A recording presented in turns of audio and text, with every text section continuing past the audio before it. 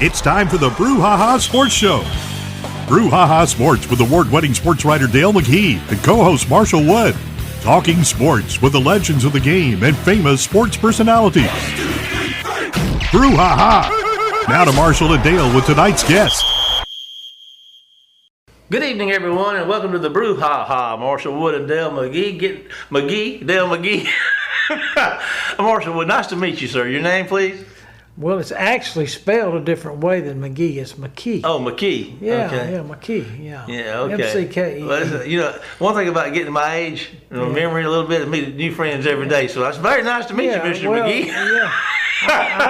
I have noticed your memory on this show. Hey. You know, we have special protection over folks like me. Need to have it. Need to have it. Well, listen. I've been reading your sideline view, and I always enjoy that. And let's talk about, you know, in our opening segment here a little bit about the quarterback situation for what we refer to as the Big Three in Mississippi: Ole Miss, Mississippi State, and Southern Miss. Not to slam or short anyone else, but historically they've been referred to in that manner. Am I correct, Mr. McKee? Yes, sir. Talk about this quarterback situations that we're looking at around at the different schools. Well, Southern Miss is going to try to go with the Taylorsville Flash, Ty Keys, and Mississippi State's going to go with proven experience and the Brandon's Will Rogers. Yeah. So we got two quarterbacks leading those two teams. Yeah. Now up in Oxford, they can't make up their mind between a Starkville native, Luke Altmaier, or the Jackson Dart from California. Yeah. So we possibly could have, if Altmaier starts a game during the year, we could have three Mississippi high school quarterbacks leading our teams, and I think that's pretty impressive. And one of the backups at Ole Miss is from Jackson, Prep. One of the there's a couple on the roster at Southern. One's from, I believe, Prep too, and then there's one from Hernando, a freshman. Yeah. That was a pretty good quarterback last year. So I played in the Mississippi Owl game. He was pretty good. So what I'm saying, Mississippi is producing a lot of good quarterbacks. Yeah.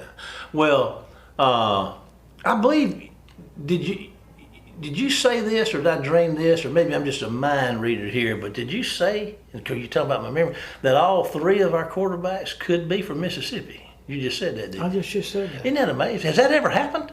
Oh, I'm sure it has. It's probably been a long time ago. Yeah, I'm sure back in the 60s and 70s. Yeah. You know. Probably everybody was from Mississippi then. Yeah, a lot of them were. Yeah. Now, Ole Miss being so close to Tennessee, you know, they've had a few from the Nashville area, things of that nature. So, but, you know, that's really something, I guess, that we need to look up because, you know, Will Rogers took the boy from California's place. Ty took you know, I don't know about whose place he took. They played six quarterbacks last year. 6 or 9 or something like that.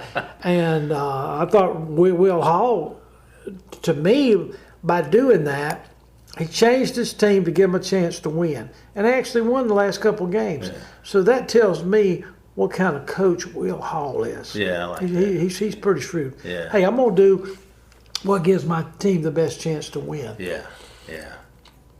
I'm going to look over to the neighboring state here for a minute. But we're going to talk about a Mississippi guy. We're going to talk about Miles Brennan. Now, I think some stuff has happened since you penned this article with Mr. Brennan. Really? Yeah, I read an article today. Now, you know, he's been over there, this is maybe his fifth year? Fifth year. Yeah, so, you know, last year he had it all in the bag. He was going to be the starting quarterback last year, and he had a pair of flip-flops and broke something or twisted something right before the season started and basically missed his opportunity last year.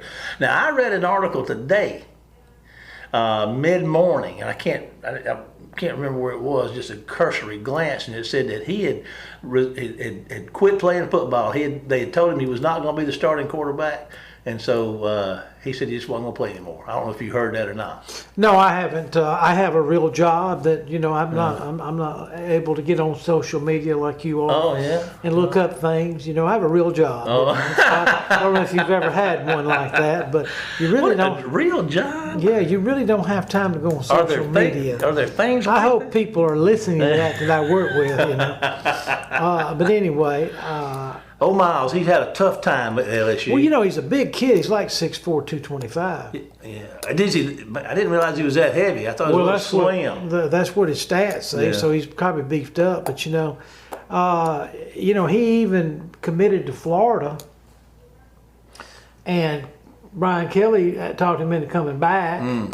And then he also talked to Will Hall at Southern Miss about coming there. Mm-hmm. So I don't know how it works out. So, I don't know if he can still transfer or not. I'm sure he could go to a smaller school if he wanted to, but he may not want to. Because once you've been at LSU for 4 years, I'm not slamming the Division II teams or Division IIIs, but it's just, facilities are different and, the equipment's different and, they don't get the best of the best. Yeah. They're eating at Burger King for pre-game and no telling what the other guys get to eat, So that's what's bad about it, And I'm not making fun of the smaller schools, but, they're just some guys, that, dollars and cents. I remember Barry Switzer. You ever remember Barry Switzer? Yeah, I do. Do you? I do. Your memory goes back that far? It does, all the way back to Oklahoma. It goes back to Oklahoma. Okay. Now, that's as far back as I go. When Barry was at Oklahoma, they were talking about something about walk-ons. And he said, walk-ons are like scholarship players. Sometimes they don't go where they can play. They go where they want to go. Yeah. And a lot of them want to come to an Oklahoma or an Alabama or a Texas. Be a part of something great. Be a part of something, even if they don't get much playing time, So I guess that, I hate that about Miles Brennan because, the kid was a great high school quarterback. Mm-hmm. But I'd heard the Arizona transfer, Jaden Daniels from Arizona, he was running first team yesterday, and that Garrett Newsmeyer, I think, or something like that. I think he's from the Texas area. I think he is. Might have been either Texas or Atlanta. He played a little bit last year for him. So they're basically going to battle it out, and they got that Walker Howard that's the freshman from Lafayette. Yeah. And he's got some Mississippi roots. Yeah. And pretty close to Wayne County. So he 3 quarterbacks probably play now. Yeah. Especially an LSU playing against one of the early teams they play. Non-conference games. He'll probably get a little playing time there. Let's go on. Go ahead. Well, I'm going to ask you about our guest tonight. Who we fixing to take a break and come back to here, and what we're going to talk about. Let me just tell the folks out there. If this guy will answer the phone, he's going to talk about high school football. Which is about to start. When's it start? Well, I know that we got a preseason game, whatever you want to call it, a matchup Friday night. It's officially called a jamboree. I thought a jamboree. Now we're running out of time here for this first segment, but a jamboree. My mind of a jamboree was that there was a number of teams in it. Well, you can have a number, or you can have two. So 2, 4, 6, 8. So you don't have to have like 3 or 4 more than 2 teams. Okay. Would you say if you invite 8 teams, you got 2 working at one end and 2 working at the other end? Does that really benefit you? I don't know. No, I'm just talking about if you were a coach. I think that our coaching staff at Wayne County thinks like this: let's get ready for the game next week. I understand that. I'm talking about the definition of a jamboree. It could be. So we don't really know. So maybe we need to look that up. The Mississippi High School only allows 2 things: jamborees or a classic game. Well, our classic game is next week against Quitman. So Mississippi High School Activity Association defines a jamboree as 2 teams. Well, you can have as many as you want, and we really have 4 teams in our jamboree. Because we have 2 JV teams. That don't count. So, you're not cooperating. I'm just coming out of there. Come on, baby. Come on. All righty. And so, I'll tell you what let's do. Let's take a break and hear from our sponsor, and then Dale and I'll be back with our guest, Dale. Tyler Cleveland. Right after the break. See you shortly. Phillips Building Supply in Laurel, your hometown building supply store since 1954. We are locally owned and pride ourselves on helping our customers find exactly what they need. From foundations to roofs to doors and windows, Phillips has it. For tools, hardware, lumber, and plywood, visit Phillips Building Supply. Welcome to the show, Tyler Cleveland. Tyler? Hey, thanks for having me, guys. Hey, we welcome you to the show like we do always. You've been a very honored guest for us during football, basketball, and baseball, giving us recaps and previews and things like that. And we're going to ask you about a little preview stuff tonight. And I guess we just need to start out with that. Tell us about SB Live and what you can provide our fans, our high school football fans. Of course. Well, I really appreciate you starting there, Dale. We've, we're going into our third year in Mississippi at SB Live. They made a huge commitment to Mississippi to launch the first site. They have statewide sites, and Mississippi was the first one outside of the Pacific Northwest. Since then, SB Live has just grown and grown. We are now in 25 states. We have sites for all 50 states, but we have contracted with the governing body of athletics in 25 different states to be the official digital content provider. Now, what that means is we've got a news entity covering the day-to-day activities in the MHSAA. We've got a loyal group of writers from across the state that are covering games week in and week out. So we, on an average Friday night, we're going to cover 7 or 8 games around the state, just big games, key games, any games we can get, basically. And then we're right now, if you go over to the website, you'll see a lot of our preseason content. I've got player lists up, the top quarterbacks, top wide receivers, top running backs. And then on the defensive side, top linemen, top linebackers, top DBs. And we're going to start countdown on Wednesday with our top 10. We're going to do one story a day until football season starts next Friday night for public schools. So there's a lot going on. We've been burning the midnight oil, but it's been a lot of fun putting it together, and, we hope the readers will enjoy it. Well, thank you. Thank you for that. Well, listen, just off the top of your head, could you tell us maybe who's going to be maybe the most, the queen of the prom as far as any of our high school football athletes? Who are most of the colleges looking at in our state? Is there one particular athlete, or are there 2 or 3? Well, as you know, year in and year out, we've got some top prospects. A lot of our kids this year are underclassmen, but we've got a couple of seniors that have made a lot of headlines over the summer in the recruiting sphere. I think, you got to start at the top with the reigning player of the year, Bray Hubbard, the quarterback from Ocean Springs. Just a fantastic player and very deserving of the award last year. I would think he would have to be a front runner going into this season. Recently committed to the University of Alabama. They actually like him as a safety. But shoot, I don't know how you would like him as a quarterback. He's been so good. But I think you got to start there. And then you just go down the list. I mean, we've got some fantastic prospects. I think Suntarian Perkins from Raleigh plays linebacker and running back. Is just will play at the college level and could play either position and be among the best in the country by the time he is through with his college career. So those 2 guys.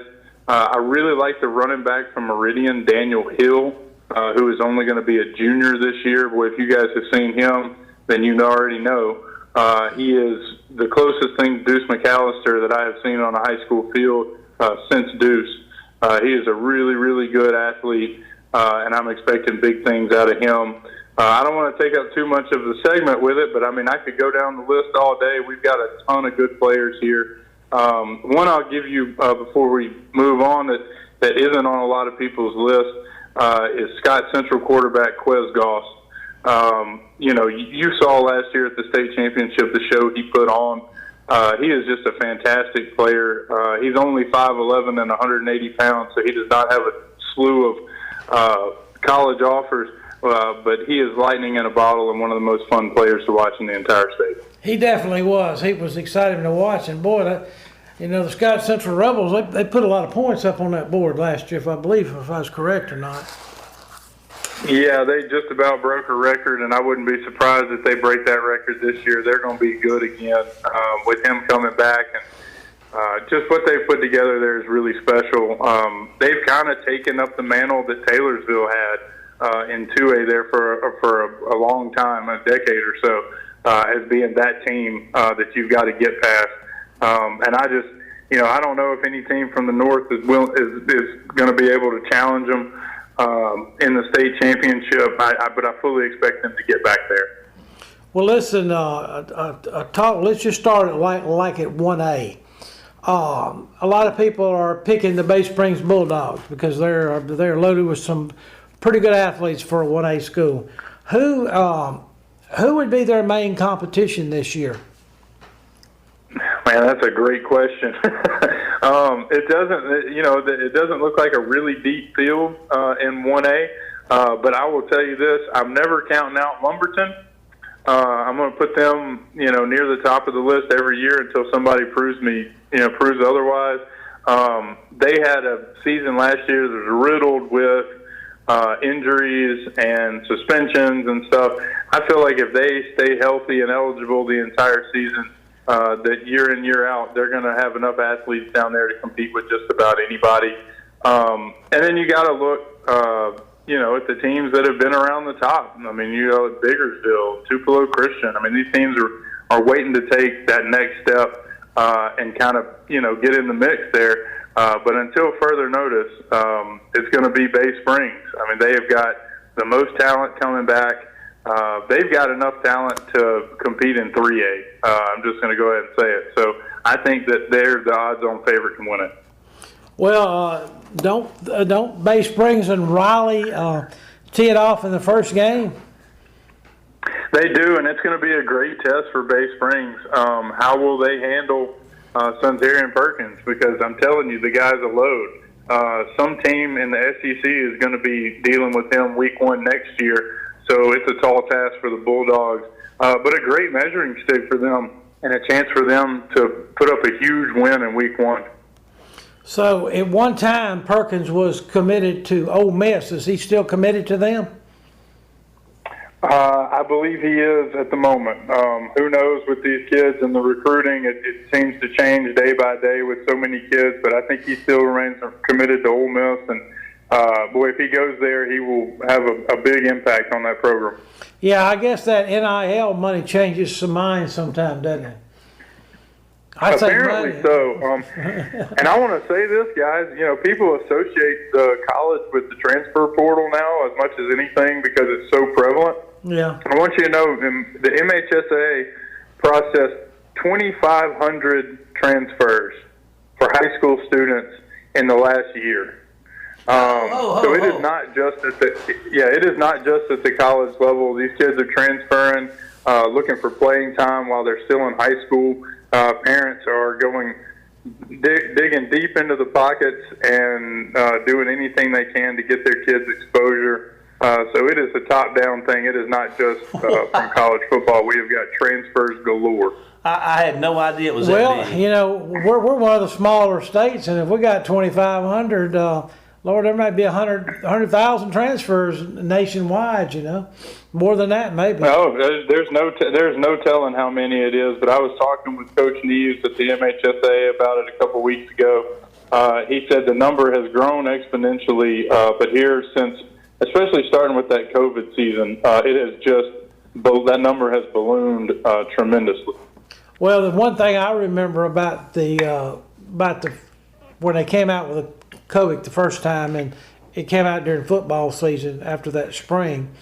A lot of teams were having to cancel games, here and there, never what it is. But I remember one thing I was told before the season started, that a lot of those kids in Louisiana, they were going to delay their season, and there was a lot of kids that were seeking transfers from Louisiana to start with. Now, I think Louisiana kind of changed that and got it started a little bit earlier because they were going to lose a lot of players, especially on the borders, and things like that. Yeah, and what people don't know about the transfers is it's not just one parent moves to a town or gets a job or something like that. To get your transfer approved, the entire family unit has got to move. Unless the parents are divorced or there's a special circumstance, the entire family has got to move communities. So when you talk about that many transfers, that's a lot of moving for a lot of people. So, if they do it the right way and it's all approved, it's all above board, that's great. But a lot of this is parents moving to get their kids exposure. Or I think there was one extreme example where a kid was starting at second base for his high school team, and his parents thought that he should play shortstop, and so he transferred from one 6A school to another so that he could get the starting job at shortstop. So we may be a little through the looking glass on it. But it's anything to get these kids exposure. I don't see how you can just be wholeheartedly against it, because we've got some great athletes in Mississippi, and the more exposure, the better. Tyler, I want to clarify something here. You gave that number. That's a pretty good number. Are those people that have already transferred for this season coming up? They're already done, right? No, sir. That is over the course of the last year. Okay. That is for all sports. And all classifications. So there's a lot of schools. We got 180 something schools. So it makes sense that we would have a bunch. 2,500 seems like a really high number. And maybe it is. But that's how many they've processed. I'm not saying they approved all 2,500. Yeah. But the majority of them, of course, they have. Okay. All right, so we said Bay Springs and Lumberton got a good shot, or Tupelo, Biggersville, and probably T-Town over at Titletown, Taylorsville. What about Scott Central? Who's going to be their biggest battle, you think, in 2A? I think it's going to have to be LeFleur County again. They got to the championship last year, went on a kind of a magical postseason run. But with the way they finished the season, you got to have high hopes going into this one. Okay. And they've got that exciting, the running back, you remember D.K. Johnson, what a show he put on as well in a losing effort against Scott Central last year. He is a really exceptional player, maybe one of the fastest in Mississippi. So I expect LeFleur County to be competitive again. And outside of that, I'm just not sure. I mean, this should have been maybe Velma Jackson's year to challenge Scott Central. They played a really tight game at the end of the season last year. But it's just the way it's shaping up, guys. It looks like it's Scott Central and everybody else. All right, who's going to be in 3A? I'm sure Raleigh will be up there somewhere in the picture. But do we have any other 3A teams that we need to look for? Guys, 3A is as wide open as any class that we have. I think Raleigh is definitely going to be in the picture. I just don't know how far they can go in the playoffs. They got knocked off by a pretty good team last year in the playoffs. I think Morton is ready to take another step. And Morton looked really good at the end of last year. They've got their quarterback coming back, and they've got a really exceptional wide receiver who was an 8th grader last year, who I saw in person. His name is escaping me at the moment, but they've got a chance to make some noise and put up some points this year. It's just a matter of whether they can stop these teams in the playoffs, because that's what they ran into last year. They beat Stanislaus in the first round pretty handily, and then ran into Raleigh. So I think that whoever comes out of that part of the state has got a great shot, because those are some of the best teams that I know of. Well, you left one 3A power out there, buddy. What about Jefferson Davis County? Well, they're going to have something to say about it. They've got a lot of replacing to do. I mean, they tend to reload, not rebuild. You're never going to count Coach Mancuso out. But they're basically restarting from scratch on offense, and we'll see. I wish I could make these predictions 4 weeks into the season. It sure would make it easier. Sure. But I think that, I don't think anybody would doubt it. But I think Jeff Davis County will certainly be in the mix. I mean, there's no doubt that they'll be right there at the end of the season. It's just a matter of whether they can find the pieces to replace all of the guys that they lost. Okay, 4A. Who would be some of the teams? Oh, man. Is that another wide open? Well, it's pretty wide open, but there's some good teams in 4A. I'm looking at Senatobia to get back. I think Columbia's got a little bit too much rebuilding to do, but you don't want to count them out. But I think Senatobia's they're running a great system, and I think they've got a chance to get there this year again. Well, I think they kind of, if I'm not mistaken, wasn't that the game that Columbia had to Senatobia kind of controlled the game to the final quarter? Was that the game down there for the state championship? That is the game you were thinking of. It was a really, really tight one, and that was the best Columbia team that we've seen in a decade or so. So for them to play that game that close, and looking at what Senatobia returned, you got to think they're going to be in the mix. I got you. All right, so I don't know if I really have to say much. I guess I want some also in the picture on the 5A, because everybody's kind of saying Picayune, West Point. So I probably wouldn't be very far off if I picked those two. But who are some of the other 5A teams? Well, there's a lot. There's teams that I'm looking to take that next step, starting with Laurel. You look at them last season and how well they were playing towards the end of the year, and what they've got coming back. They are a team that likes to run the football. And you know what I like in the playoffs, guys? Teams that can run the football. So I think Laurel's going to be in the mix for sure. I really like Wayne County. You need to take that next step. I mean, the first half of last season looked so good. And then, down the stretch, they just ran into some hot teams, caught Hattiesburg at the wrong time. So I think they're a team that could make some noise. I'm more interested to hear about them from you guys. Well, there's it's kind of hard to tell you right now. And the reason that is, it's just the first week, but they've got I think, a very good quarterback. He's, I think a lot of the upper class junior colleges are definitely looking at him. I think he's committed to one, but I'd rather him tell us which one it is, or somebody from the family, of course. And they've got a really good running back. And last year, that running back, Isaiah Boyd, was having a great year through the first 6 games, and then he kind of suffered an ankle injury, and down the stretch there really wasn't anybody that could step up and take his place. So they were losing games to Hattiesburg by 1, to Laurel by 3, West Jones by 5, and without a running back. So that was pretty impressive myself. But they're like anybody else. They've got a lot of holes to fill, and if the players come through, and I guess a lot of people will know Friday night they're playing a Jackson, Alabama team, and it's got a really well-coached, well-oiled machine, and so a lot of that will come out after Friday night's games. So I think I honestly feel like if they can find a way to come out of the South, they've got a great shot. I think in the North it's West Point and everybody else. Usually I would be plugging, Neshoba Central in here, or Lafayette or somebody like that. And I'm not saying Lafayette's not going to be good. They are. They're going to be very good. Sure. But until somebody beats West Point in the North, it's them. I'll tell you another team to look out for is Ridgeland. Ridgeland has got they kind of got it going last season, and I think they're going to be in the hunt this year. They've got one of the very best players in the state, in Aiden Williams. Wide receiver. He can play both ways if they need him to. The guy is a freakish athlete. All right, we're moving on to 6A as we're getting close to the bell ringing on us.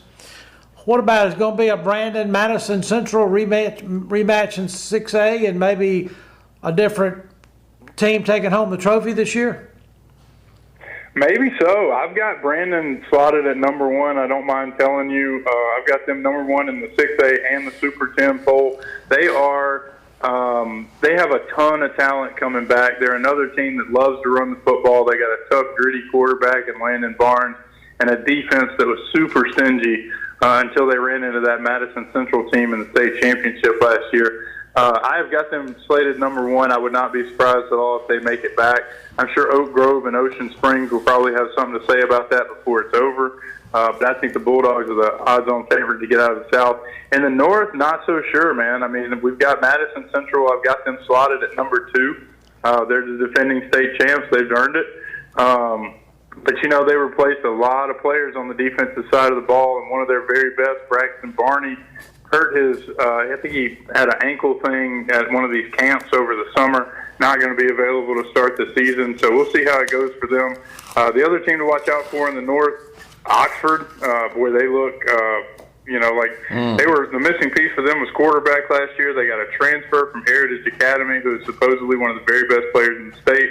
I have not laid eyes on him, but I will in week 1 when they come to Brandon. And then the other team in the north you got to watch out for is Starkville, as always. Wow.